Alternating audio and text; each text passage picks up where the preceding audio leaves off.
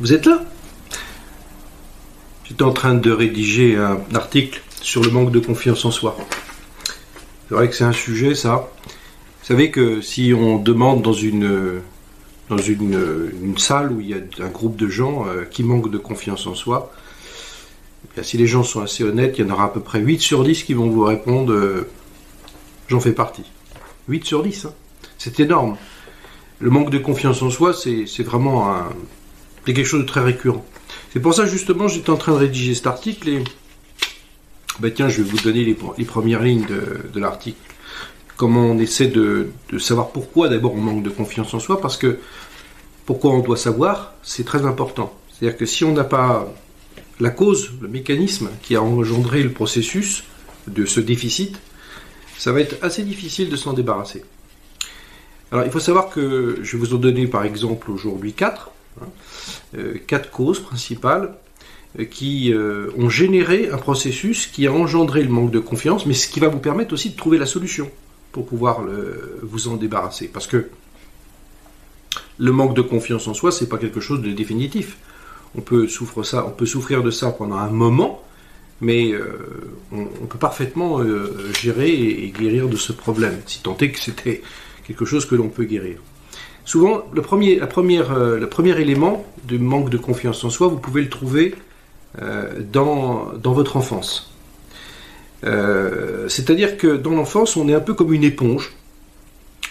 On va dire que de 6, 7, 8, 9 ans, une grande partie de notre cerveau a tendance un petit peu à prendre tout ce que l'on reçoit comme étant vrai. En d'autres termes, on n'est pas capable d'avoir un esprit qui filtre suffisamment de manière épaisse les informations qui nous sont données. Et j'en veux pour preuve que lorsque on a entendu des brimades avec des camarades de classe, par exemple, c'est assez courant ça. Ça peut être aussi avec quelquefois des adultes, en disant voilà, t'es bon à rien, t'arriveras à rien, fais pas comme si, tais-toi. Bon, tout ça, ce sont des... Il y en a plein d'autres, ça peut être tu es nul, tu es gros. Voilà. Et ça va rester dans l'esprit si l'enfant va véritablement l'absorber comme cette éponge. Alors, de deux choses l'une, ou à l'âge adulte, la personne va se dire de toute façon c'était parce qu'on me disait ça et c'était pas vrai, et à ce moment-là la conscientisation de ces brimades ou de ces injonctions négatives n'ont pas d'effet, parce que à ce moment-là la conscience est capable de filtrer. Mais dans le cas où le processus devient problématique, c'est quand la personne va se remémorer ça, ou pire, l'oublier. C'est-à-dire qu'elle va se dire, tiens, je me sens incapable ce genre de phrase très courante, je me sens incapable de faire ceci, de faire cela, de discuter avec un tel, de prendre une initiative, de m'engager de prendre la parole en public. Bon, vous voyez que les problèmes de confiance en soi, mais si à la base la personne n'a pas conscientisé que pendant son enfance elle avait entendu ce genre de choses, eh bien il va se passer un processus qui va faire que ça va entrer dans l'inconscient. Et là, ça fait des ravages. Parce que l'inconscient, lui, c'est cette éponge, mais qui justement fait qu'on n'en a pas conscience. Alors, il est important de faire ce petit effort, c'est-à-dire de se souvenir si on a eu des moments où on a été blessé pendant notre enfance, c'est souvent, je vous dis, par des camarades de classe qui ont été... qu'on manquait de tact, à un moment ou à un autre. Et le fait de faire ça va faire qu'on va se souvenir. Et ensuite, on doit dire, ok, mais je réfute complètement ça. C'était à un moment de ma vie, mais ça n'a plus d'impact aujourd'hui. Aujourd'hui, je crois ce que je crois de moi-même. Je sais que c'est ça, ma vérité. Et non pas tout ce qu'on a pu me dire dans mon enfance. Donc le premier point, c'est faire une sorte d'introspection de son enfance. Et si ça ne suffit pas, essayez de demander, des fois si vous avez des souvenirs de personnes qui vous ont rencontré, qui se souviennent de moments difficiles de ce type-là. Deuxième élément clé qui peut être un générateur de manque de confiance en soi, c'est les échecs passés. Alors les échecs passés, bon, on en a tous rencontré, hein. Vous, moi, tout le monde a eu des échecs.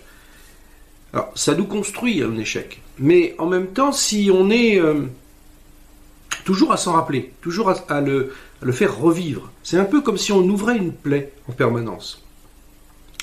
Je vais vous donner un exemple. Je prends un petit couteau et je vous coupe un petit morceau de chair, là, vous n'allez pas aimer, hein, c'est normal, ça fait mal. Bon, en même temps, le processus de cicatrisation, il va s'enclencher quasiment aussitôt. Ainsi est faite de la nature. Mais si demain je reviens avec le couteau, ou que vous-même vous vous recoupiez au même endroit, la douleur va être plus importante. Et puis si vous refaites ça 3 jours, 4 jours, 5 jours, 6 jours, tous les jours vous faites la même chose au même endroit, il va y avoir, ça va s'infecter et ça va devenir très grave. Ça peut aller jusqu'à la gangrène ou d'autres problèmes comme ça. Eh bien, sur le plan émotionnel, c'est pareil. Ça fonctionne exactement pareil. C'est-à-dire que bon, vous avez eu un échec vous avez fait mal, hein, et puis vous avez une autre situation qui apparaît, qui est quelque chose d'approchant. Vous dites, tiens, ça me rappelle ce souvenir désagréable lorsque j'ai échoué dans... Et le processus va faire que, émotionnellement, vous allez réouvrir encore la plaie. Et lorsque vous allez avoir besoin de mobiliser de l'énergie suffisante pour pouvoir faire ce que vous deviez faire, affronter ce que vous deviez affronter, eh bien, comme le cerveau est en quelque sorte un peu intemporel, c'est-à-dire qu'il ne fait pas la notion de temps, pour lui c'est quelque chose qui est assez difficile à appréhender, c'est-à-dire qu'une expérience que vous revivez dans votre mémoire et qui s'est passée il y a 3 ans, 5 ans, 10 ans, 20 ans, c'est comme s'il la revivait à l'instant T, et comme s'il le revivait dans le moment. Et donc, les conséquences sont quand même assez sérieuses, parce que pour lui, vous allez associer ce que vous devez faire, qui peut-être vous fait peur, au souvenir précédent de l'échec. Et donc pour lui, ça va être la même chose. Donc, mon conseil dans ce cas-là, c'est que de bien veiller à faire une sorte, là encore, d'une introspection de sa conscience. Quand il y a quelque chose qui vous fait peur, que vous craignez, faites très attention à ne pas l'associer à un échec précédent. Aussi loin qu'il a pu se produire. Hein. Ça peut être il y a 10 minutes, comme je vous dis, ça a été il y a 10 ans. Ça n'a aucune importance sur le plan du cerveau, c'est la même chose, si vous le revivez émotionnellement. Donc, coupez court à ça. Pensez à autre chose. Occupez-vous l'esprit sur quelque chose qui soit beaucoup plus valorisant que de repenser à cet échec. Sinon, vous allez remettre en place toutes les conditions pour répéter le même échec. Et donc, le manque de confiance en soi va s'auto-alimenter. La troisième clé, c'est de sortir de ces zones de confort. Alors une zone de confort, ça se construit. Et ça se construit, ça peut être très solide.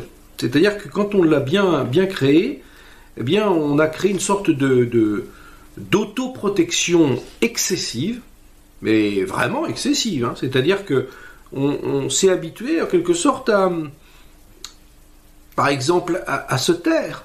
Hein. On est à une réunion, on se dit, j'ai pas envie de recevoir de critiques, je vais me taire. J'ai pas envie de prendre de risques en prenant telle ou telle initiative, je le fais pas. Alors on croit qu'on se rend service comme ça, mais en réalité, on alimente là encore son manque de confiance. Pourquoi ? Parce que la confiance en soi, ça s'établit justement par des défis que l'on avance, qu'on progresse, que l'on crée, et qu'on essaie de relever, bien sûr. Et puis quand on a avancé, même si on n'a pas totalement réussi, bon, si on a totalement réussi, c'est parfait, mais si on n'a pas totalement réussi, qu'on a avancé, ça nous donne une confiance nouvelle. On l'a bâti, on l'a construit. Parce que on est sorti d'une zone de sécurité virtuelle qui, a priori, nous semblait nous faire plaisir, mais ça nous fait plaisir qu'à nous, et momentanément, parce qu'au final, on va ancrer l'idée qu'à chaque fois qu'on veut prendre quelque chose, une initiative, ou qu'on veut sortir justement de cette zone de confort, ça va être de plus en plus difficile. Mon conseil, il est que chaque jour, essayez de vous exposer un petit peu plus. accepter le fait que on puisse vous rétorquer ou qu'on n'est pas d'accord avec vous. Mais qu'est-ce que ça risque? On ne va pas vous manger. Prenez des petits risques dans la vie. C'est-à-dire que s'ils sont calculés, s'ils n'ont pas d'impact suffisamment grave pour que ça puisse provoquer chez vous des pertes de ceci, des pertes de cela, mais au contraire, peut-être une certaine gêne, c'est pas grave ça. Ce qui compte, c'est d'avancer progressivement vers un petit peu plus de prise de risque.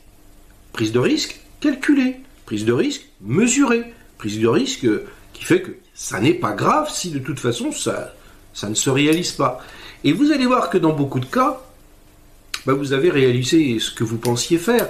Et au pire, vous avez progressé. Au pire, vous avez avancé. Au pire, vous avez construit quelque chose. Et ça va vous servir pour renforcer votre confiance. Parce que vous avez pu remarquer que vous étiez capable de faire quelque chose. Vous étiez capable de parler, capable de dire ceci, capable de prendre ces initiatives.